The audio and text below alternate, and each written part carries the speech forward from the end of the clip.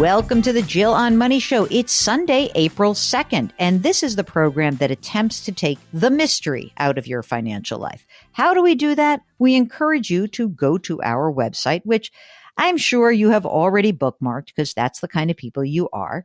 And when you go to the website, jillonmoney.com, you can click the Contact Us button. That way, anytime you've got a big question that's going on, trying to make a next best financial decision, you can get in touch with us so quickly and efficiently.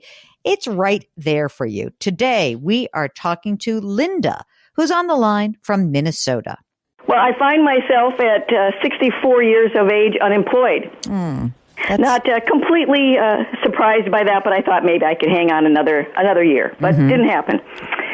So the question is, do I use my IRA funds and let my Social Security payout grow, or do I collect my Social Security at 66? I'd wait till 66 at least, probably, to do that.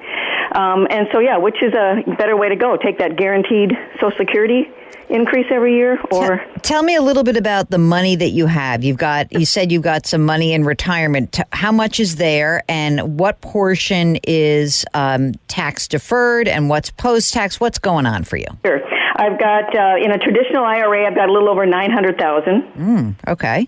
And in my Roth, I've got about $325, $327, something like that. Okay, great. And how about money outside of those accounts, Linda? Yeah, I've got just some mutual funds, and that's about $200,000. Okay. Well, and then I'm a saver for specific purposes.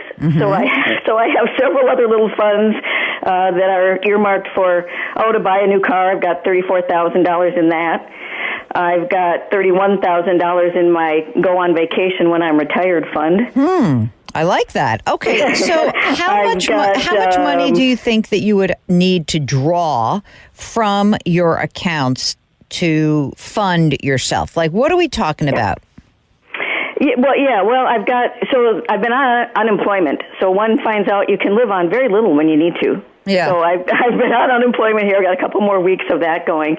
So I would say, the big expenses, of course, are when property taxes and insurance is due.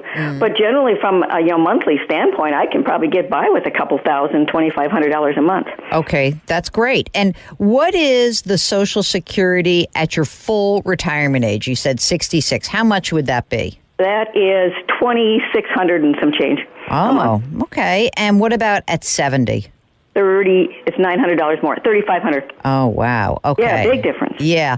Do you have a spouse or? I do not. Okay. Single person. Got it. And tell me about the house. How much is that worth?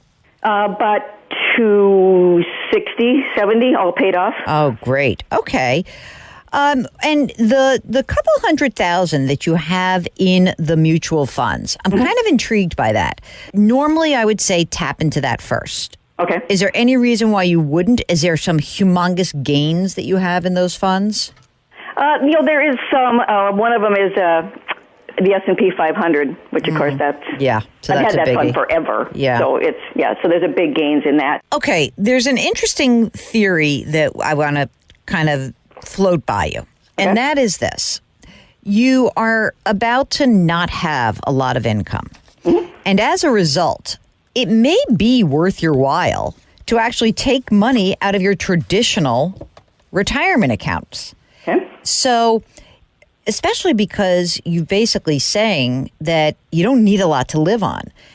Now, I would hazard to guess that if we could get you, I don't know, let's call it 40 grand a year from the traditional retirement account. If you can get 40, that'll amount, you'll have to pay tax on it, but that's only the 12% tax bracket. So if you pull 40 out of the traditional, I think you get your $2,500 a month, pretty close to what you need. You could always round it out. You could, take a little bit more. But I think that paying at the 12% rate and getting some of the money out of this traditional is actually going to be smart for you, because you'll see when you actually get your Medicare and you get that as income starts to rise and you're forced to take money out of your traditional IRA, you're going to end up paying more for Medicare. So even though this is usually not like the most, common advice, because of where tax rates are, I think this could actually work for you. again, if you pull 40 out, you pay 10 grand of taxes, let's say. You'd probably be less than that, but let's just say, then you've got your 30 grand to live on. I think that will probably get you exactly where you need to go. You need to do it for, what do we say, 6 years, right? Yeah. Yep. That'll get $250,000 out of there. I think that this works because then you're going to have that higher amount of Social Security for the rest of your life. And then we'll still have a bunch of money in the traditional, a bunch of money in the Roth, and the mutual funds. So I think that's the game plan. I think you wait till age 70, you pull the money out of the traditional retirement accounts, you try to stay in that 12% tax bracket, and I think it works.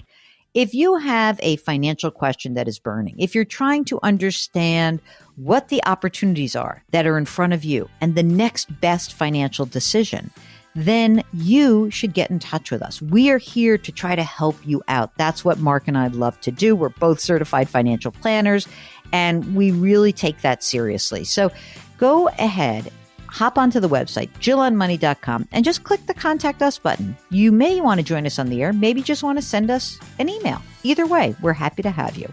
While you're on the website, check out my book. It's called The Great Money Reset. It is inspired by so many of you. Do something nice for someone else today. Change your work, change your wealth, change your life. Thank you for listening. We'll talk to you tomorrow.